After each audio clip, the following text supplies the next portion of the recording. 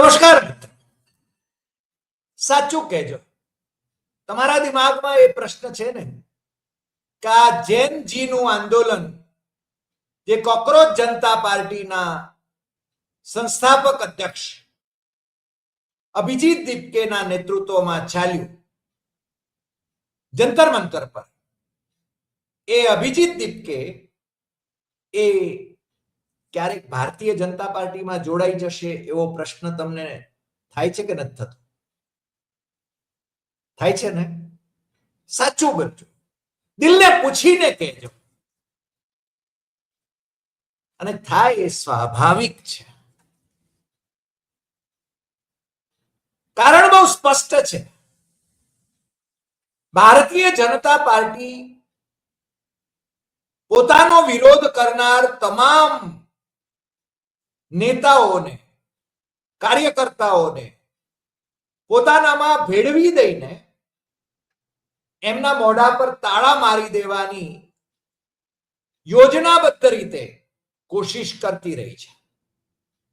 અને સ્વાભાવિક છે ને, તમે ગુજરાતી છો અને ગુજરાતનો અનુભવ તમારો એ છે કે આ નરેન્દ્ર મોદીને હિટલર કહેનાર અમિત શાહને જનરલ ડાયર, યાદ છે ને જલિયાવાલા બાગ ના હત્યાકાંડનો હત્યારો જનરલ ડાયર, એ અમિત શાહને જેણે જનરલ ડાયર કહ્યા હતા, એ પાટીદાર આંદોલનનો હીરો હાર્દિક પટેલ અત્યારે મોદી અને શાહના ચરણોમાં બેસે છે. અને એટલે જ સ્વાભાવિક છે કે તમને પ્રશ્ન થાય કે આજે જે bio ચડાવીને દીપકે, Dharmendra Pradhan education minister, આ નીટના પેપરો ફૂટી ગયા અને આનો બધો જે ગોલમાલ ચાલી રહી છે શિક્ષણ તંત્રમાં, એની સામે બુલંદ અવાજ કરે છે. એ કાલ ઉઠીને ભારતીય જનતા પાર્ટીનો ધારાસભ્ય કે સંસદ સભ્ય નહીં હોય એની શું ખાતરી?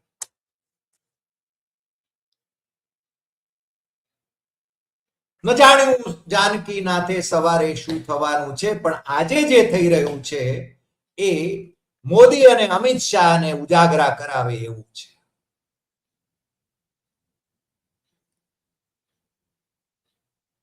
દીપકે આજે લોકસભામાં વિપક્ષના નેતા રાહુલ ગાંધીની જે માગણી છે એ જ માગણીમાં સુર પુરાવીને એમ કહે છે કે હું રાહુલ ગાંધી જેમ માગણી કરી રહ્યા છે કે અમિત શાહે ગૃહમંત્રી તરીકે રાજીનામું આપવું જોઈએ, કારણ કે જંતર મંતર પર નિશસ્ત્ર વિદ્યાર્થી આંદોલનકારીઓ પર પોલીસે અને સુરક્ષા દળોએ જે પ્રકારનો અત્યાચાર આદર્યો એને માટે જવાબદાર આ જનરલ ડાયર એ અમિત શાહ છે. હાર્દિક પટેલના શબ્દો છે ને, જનરલ ડાયરના, એ વિશેષણ હાર્દિક પટેલે આપ્યું છે ને અમિત શાહને. એ અમિત શાહે રાજીનામું આપ્યું. અભિજીત દીપકે આમ આદમી પાર્ટીમાં કાર્યરત હતો. આમ આદમી પાર્ટીની દિલ્હી સરકારમાં એને કામ પણ કર્યું, એનું સોશિયલ મીડિયા હેન્ડલ કરવાનું કામ પણ એ કરતો હતો, અને અમેરિકા ભણવા પણ ગયો. પણ ભણીને જ્યારે આવ્યો ત્યારે મોદી શાહને એમ હતું કે વાહ, આપણા એજન્ટ તરીકે કામ કરશે, અને આંદોલન આપણી સામે જે ચાલી રહ્યું છે કોંગ્રેસની જે વિદ્યાર્થી પાક એનએસયુઆઈ અને યુથ કોંગ્રેસનું આખા દેશના બધા જ રાજ્યોની અંદર મે મહિનાથી એ આંદોલન ને કાઢું પાડવા માટે, વિભાજિત કરવા માટે, રાહુલ ગાંધીને યશ ન મળે એને માટે આપણને છે ને આ અભિજીત દીપકે કામ આવશે. હવે આમ આદમી પાર્ટી એ બીજેપીની બી ટીમ ગણાય છે, એ તમને ખ્યાલ જ છે. અરવિંદ કેજરીવાલ આરએસએસ ના પરિવારમાંથી આવે છે અને એ રાષ્ટ્રપતિને પત્ર લખવાને બદલે આરએસએસ ના સરસંઘ ચાલક મોહન ભાગવતને પત્ર લખે છે. મોદીની ફરિયાદ હોય મોહન ભાગવતને કરે છે. દેખાડા પૂરતું જેલમાં જાય છે. મુખ્યમંત્રી તરીકે રાજીનામું નથી આપતા. દિલ્હીમાં હારી ગયા પછી જે એમની વલે થઈ છે એ ફરીને પાછા મેદાનમાં, રાજકીય મેદાનમાં, સમરાંગણમાં એ પોતાનું સ્થાન જમાવવા માંગે છે. પંજાબની આમ આદમી પાર્ટીની સરકાર બચાવવા માંગે છે, કારણ કે હવે ત્યાં ચૂંટણી આવી રહી છે ને આમ આદમી પાર્ટીની સરકાર ત્યાં ફરીને આવે એવી વેતરણમાં છે. જનતા પાર્ટી પણ એવી જ વેતરણમાં છે, કારણ કે પંજાબમાં ભારતીય જનતા પાર્ટીની કોઈ વજૂદ નથી. પણ કોંગ્રેસ ત્યાં સત્તામાં ન આવે એટલા માટે આમ આદમી પાર્ટીની કયાગરી સરકાર ત્યાં આગળ સત્તા મેળવે તો વાંધો નહીં મોદી શાહને. આ બધા નાટકીય રાજકીય ખેલ, પડદા પાછળના ખેલ શું ચાલે છે એ જે દેખાય છે એ હોતું નથી અને હોય છે એ દેખાતું નથી, એ તમે સારી રીતે જાણો છો, કારણ કે આપણા દર્શકો છો. આજે અભિજીત દીપકે બે ધડક કહી રહ્યો છે કે મારી પર, મારા પરિવાર પર ભારતીય જનતા પાર્ટીમાં જોડાવા માટેનું દબાણ છે,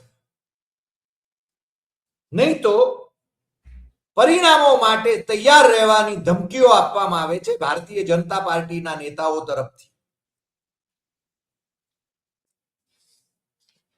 તમે કાં તો અમારી સાથે છો અથવા તો અમારી સામે છો. ભારતીય જનતા પાર્ટીની ફોર્મ્યુલા છે, સંવાદનું સ્થાન નથી ત્યાં. આરએસએસમાં આદેશોનું જ પાલન કરવાનું હોય છે, ત્યાં સંવાદ નથી હોતો. કેવા પૂરતો સંવાદ હોય છે, પ્રશ્નો ન કરી શકાય. 12 વર્ષનું શાસન મોદીને, શાહને આજે જે સ્થિતિમાં મૂકી શક્યું છે એવું ક્યારેય નહોતું ભૂતકાળમાં. 12 વર્ષ અત્યારે લોકસભામાં મોઢું બતાવી શકવાની સ્થિતિમાં નથી મોદી શાહ. રાહુલ ગાંધીને વિપક્ષના નેતા તરીકે બદનામ કરવાની કોશિશ એમની આખી ટ્રોલ આર્મી કરી રહી છે. લોકસભાના સભ્યો કરી રહ્યા છે, સાંસદો કરી રહ્યા છે, નેતાઓ કરી રહ્યા છે, પ્રવક્તાઓ કરી રહ્યા છે, અને છતાંય રાહુલ ગાંધી ગજગામી રીતે ચાલે છે. અને હવે તો દીપકે બહુ સ્પષ્ટપણે નામ લઈને કહ્યું છે કે રાહુલ ગાંધીએ જે માગણી કરી છે એ જ માગણી હું કરી રહ્યો છું કે આંદોલનકારી વિદ્યાર્થીઓ, નિર્દોષ વિદ્યાર્થીઓ ઉપર પોલીસ અત્યાચાર માટે જવાબદાર કેન્દ્રના ગૃહમંત્રી અમિત શાહે રાજીનામું આપવું જોઈએ.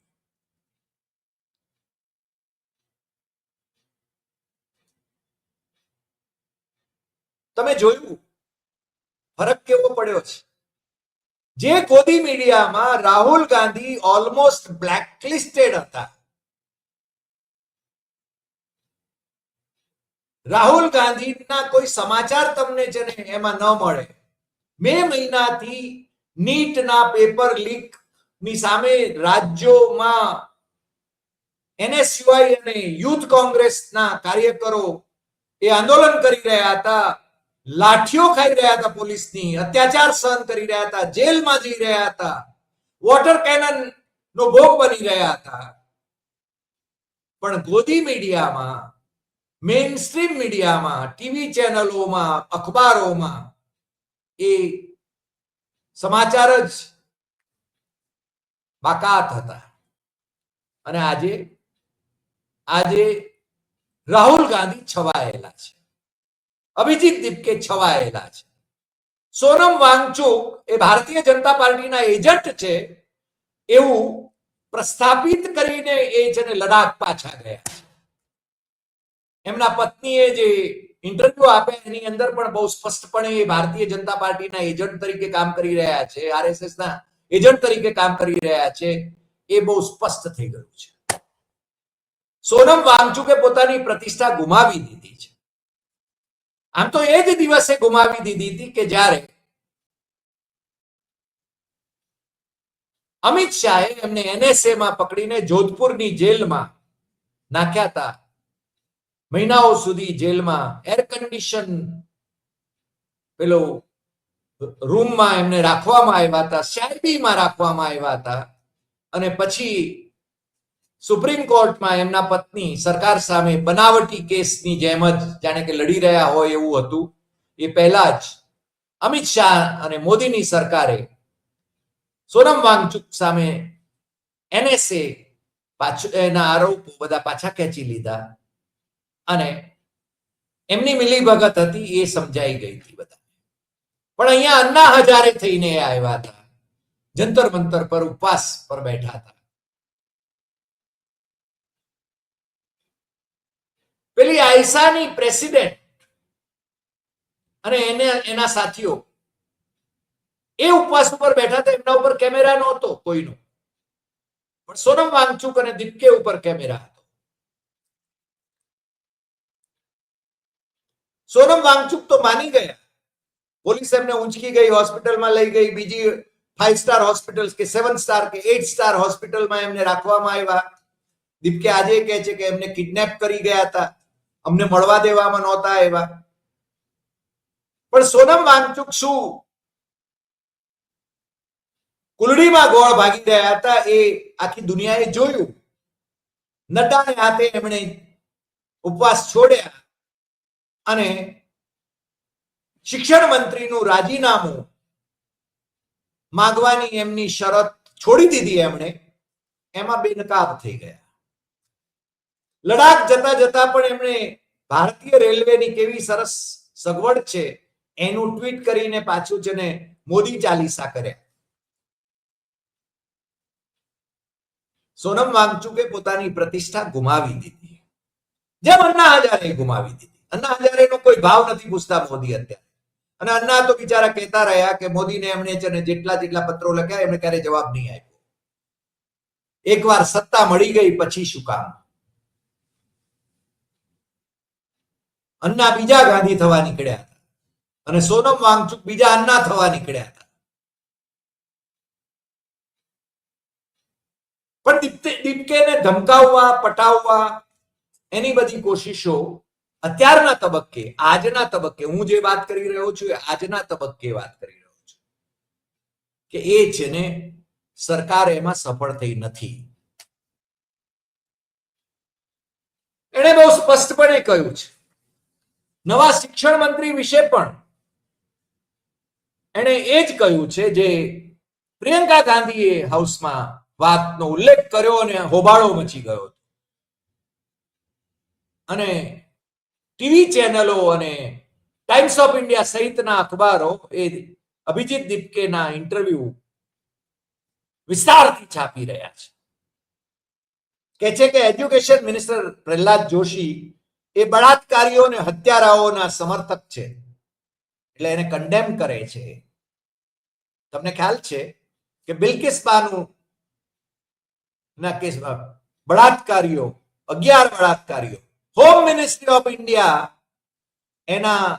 એની મંજૂરીથી ગુજરાત સરકારની પ્રપોઝલ મંજૂર થઈ હતી અને પેલા જે 11 બળાત્કારીઓ અને હત્યારાઓ એ છૂટ્યા જેલમાંથી, જ્યારે ગોધરાની જેલમાંથી, ત્યારે એમનું જે સ્વાગત કરવામાં આવ્યું હતું જાણે કે ઈડરિયો ગઢ જીતીને આવ્યા હોય. અને અમે ભારતીય જનતા પાર્ટી અને RSS વાળાઓ તો આ જ ખેલ કરી રહ્યા છે ને. તમે જોયું ને, એજ્યુકેશન મિનિસ્ટર એને રાજીનામું ના છૂટકે આપવું પડ્યું, પણ પછી એ જ્યારે સંસદમાં આવે છે ત્યારે મુગટ પહેરાવીને વાહ ભાઈ વાહ. મને લાગે છે કે મોદી ચાલીસાને બદલે પ્રધાન ચાલીસા કરવામાં આવ્યા એવું લાગે. પણ દીપકે કહે છે કે centre is supporting the rapist. A times of ઇન્ડિયામાં એને જે કહ્યું છે બહુ જ આક્રમક ભાષામાં કહ્યું છે. If the country's education minister welcomes and praises rapist, it shows what kind of person has been put in charge of the prime minister, in charge by the prime minister. What message are you sending to the country? An education minister who supports and welcomes rapists. But what else can you expect? Who else is there in their party? It is full of such people. What about Kuldeep Sengar? Is their government, in their government, people like Ram Rahim are released on parole. Repeatedly, તમને ખબર છે જ્યારે જ્યારે ચૂંટણી આવે ત્યારે રામ રહીમને જામીન મળે છે, બેલ પર છૂટે છે. હત્યા અને બળાત્કારના દોષિત એવા એને આ બધા મુદ્દાઓ કાઢ્યા. અમને તો એમ હતું કે આ દીપકે એનામાં કોઈ બોલવાની હિંમત નથી, કારણ કે મને લાગે જંતર મંતર ઉપર જાજુ બોલ્યો પણ નહોતો, પણ હવે જે ઇન્ટરવ્યુ એને આપ્યા છે સ્પોન્ટેનિયસ ઇન્ટરવ્યુ આપ્યા છે એની અંદર એને જે વાત કરી છે એ વાત બહુ સ્પષ્ટ છે.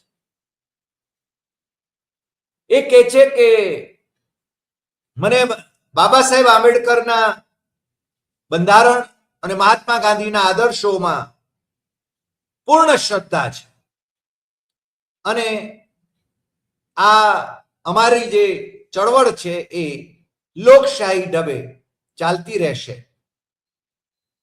અને જે વિધેયક, જે કાયદામાં સુધારો કરતું વિધેયક પરીક્ષા લક્ષી બાબતોમાં દંડિત કરવા માટેનું, એ એમ કે પેપર ફૂટે એને રોકવા માટેનું એમાં કશું નથી.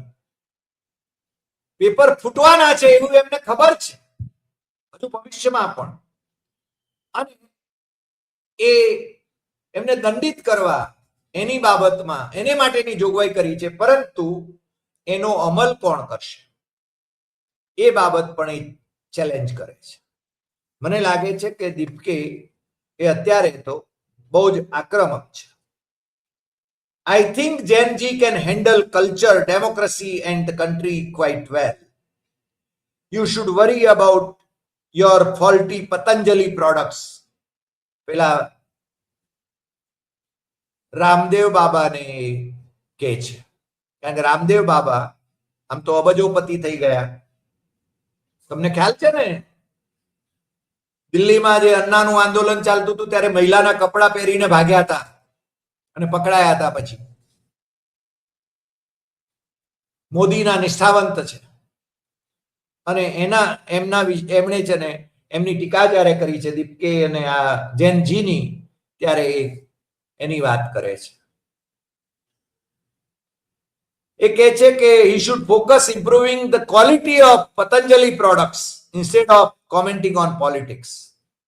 પેલા રામચંદ્ર ગુહા જે રીતે રાહુલ ગાંધીને વિશે વાત કરતા હતા, ભાઈ તમે ઇતિહાસ લેખક છો તો ઇતિહાસની વાત કરો, તમે રાજકીય ભવિષ્યવાણીઓ શું કામ કરવા બેઠા છો? એ તમારું કામ નથી. એ છે ને રાજકીય પંડિતોને અથવા તો પ્રોફેસરોને એ કામ આપો ને, અથવા જર્નલિસ્ટોને એ કામ આપો.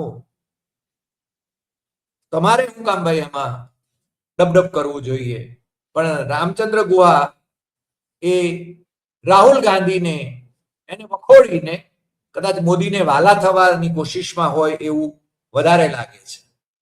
પણ એ ભૂલી જાય છે કે એમણે અમદાવાદ આવવાનું હતું ત્યારે એમને અહીંની યુનિવર્સિટીમાં એ આવવાના છે એટલા માત્રથી જે હોબાળો મચ્યો હતો તો એમને આવવા ઉપર પ્રતિબંધ આવી ગયો હતો. એમણે પારોઠના પગલા ભરવા પડ્યા.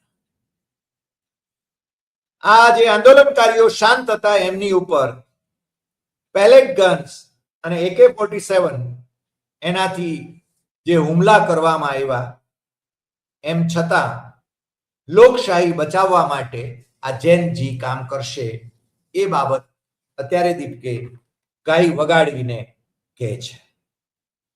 અને આજે ખૂબ પ્રેશર આવી રહ્યું છે એમ કે છે ભારતીય જનતા પાર્ટીમાં જોડાવા માટે.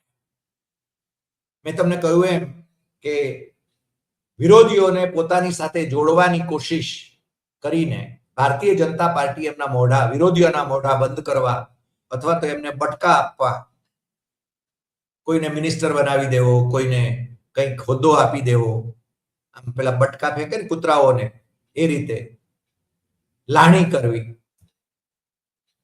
અને ચૂપ રાખવા, ટીકાકારો ઓછા કરવા. પણ દીપકે અત્યારે તો એમ કહું છું, એ હાર્દિક પટેલ કે પેલા ભાઈ શ્રી અલ્પેશ ઠાકોરની જેમ મોદી શાહની કઠપૂતળી બનવા માટે તૈયાર નથી. આજે તો કમસે કમ એમની કઠપૂતળી બનવા માટે તૈયાર નથી.